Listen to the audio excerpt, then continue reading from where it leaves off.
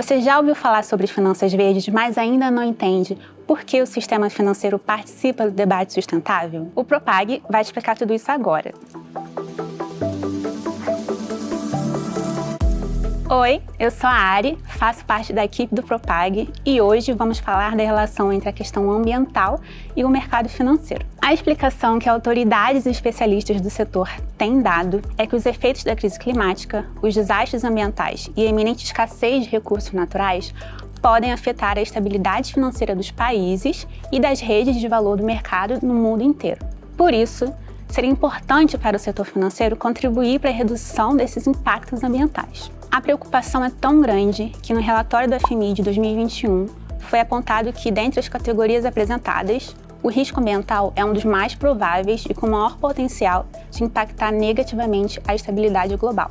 Para dar um exemplo, dos 5 riscos destacados como os mais prováveis, 4 são relacionados a impactos ambientais, como a perda de biodiversidade e danos irrecuperáveis causados pela ação humana. Ou seja, num ranking de riscos mais prováveis de impactar a estabilidade global, as questões ambientais são um grande destaque. Esse entendimento das autoridades e especialistas de que as consequências da crise climática e ambiental podem afetar a estabilidade financeira abre um espaço para o debate sobre a possibilidade dos riscos de sustentabilidade desencadearem uma perda de valor econômico ou de confiança no sistema financeiro, ou seja, um risco sistêmico.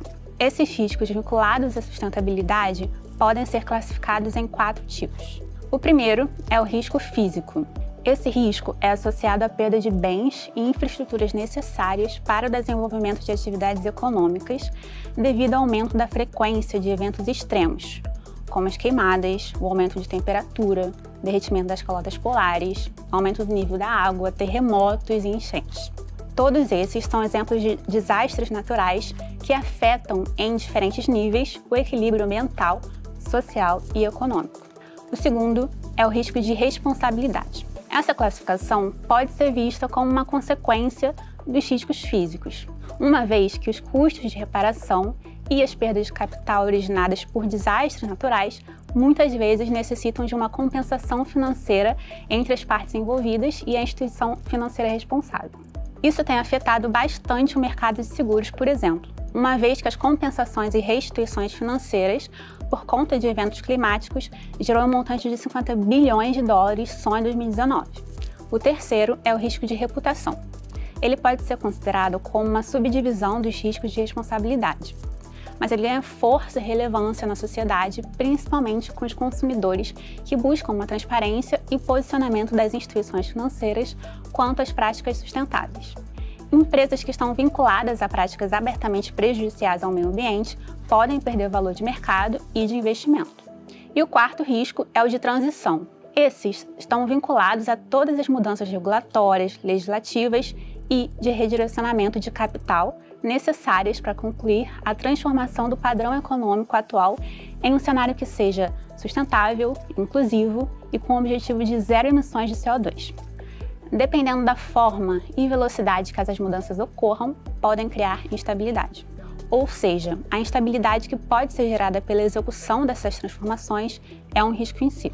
Essa quantidade de mudanças gera desafios para o setor financeiro. Um obstáculo é entender e mensurar qual é o potencial de impacto dessas alterações climáticas e ambientais enquanto tudo está acontecendo em tempo real.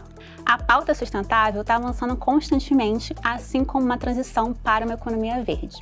Outro ponto importante é reconhecer que os desastres ambientais apresentam um potencial de impactar diretamente diferentes setores que são atrelados à resiliência global, como cadeia de consumo, indústrias e comércio, por exemplo. Esse caminho a ser trilhado para uma economia com baixa emissão de carbono é um processo de alto custo, que necessita de uma grande mobilização de infraestrutura para que tenha sucesso. Para entender o grau de dificuldade, o objetivo é reduzir as emissões de gases poluentes em 43% em um espaço de 5 anos.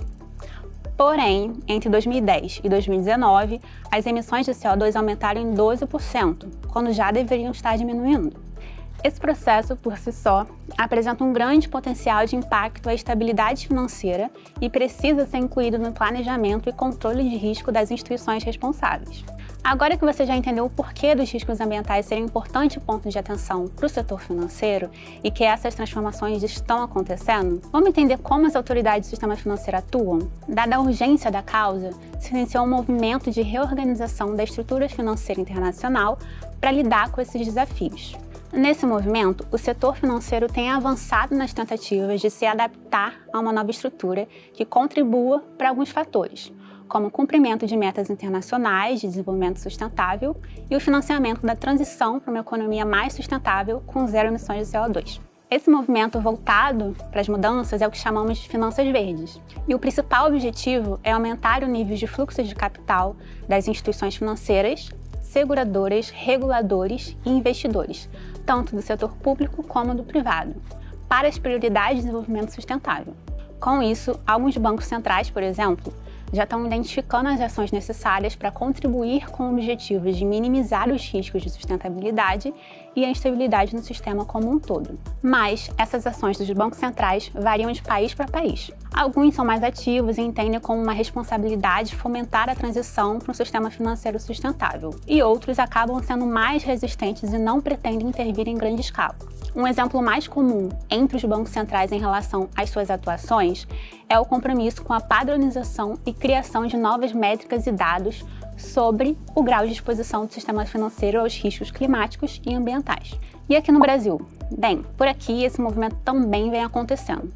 Em 2019, o Banco Central lançou a agenda BC Hashtag, que visa modernizar o sistema financeiro nacional a partir de 4 pilares: inclusão, educação, competitividade e transparência. Em 2020, foi incluído um 5º pilar, o de sustentabilidade. É nele que as ações como as que falamos agora há pouco estão incluídas. Mas afinal, quais são os papéis do sistema financeiro nessa transição para uma economia mais sustentável? Podemos dividir em 2 partes. A primeira é repensar os mecanismos de supervisão e regulação para que os princípios do desenvolvimento sustentável e uma economia verde sejam introduzidos nos principais canais do ecossistema financeiro. A segunda é o de financiar o objetivo final. Calma que eu vou traduzir isso para você. Com o que eu te expliquei até aqui, já deu para entender que essa fusão de sustentabilidade com a economia é muito importante. Agora, o ponto-chave é conseguir mobilizar cada vez mais investidores e agentes financeiros que possibilitem o financiamento da transição econômica verde. Isso inclui a captação e direcionamento dos recursos disponíveis para investimentos que possam contribuir com o processo de resiliência sustentável e também servir de incentivo para que novos investimentos e serviços estejam alinhados com as metas de desenvolvimento sustentável. Ufa, o assunto é novo, mas eu espero que agora você tenha conseguido entender o que são finanças verdes e também quais são as principais categorias de risco em que os bancos centrais atuam e os seus desafios. Mas a discussão sobre esse tema está só começando, então continua acompanhando os conteúdos do nosso canal e não se esqueça de se inscrever e ativar o sininho. Por hoje é só, mas fica ligado que em breve estaremos de volta com mais vídeos inéditos aqui no canal do Propag. Até a próxima!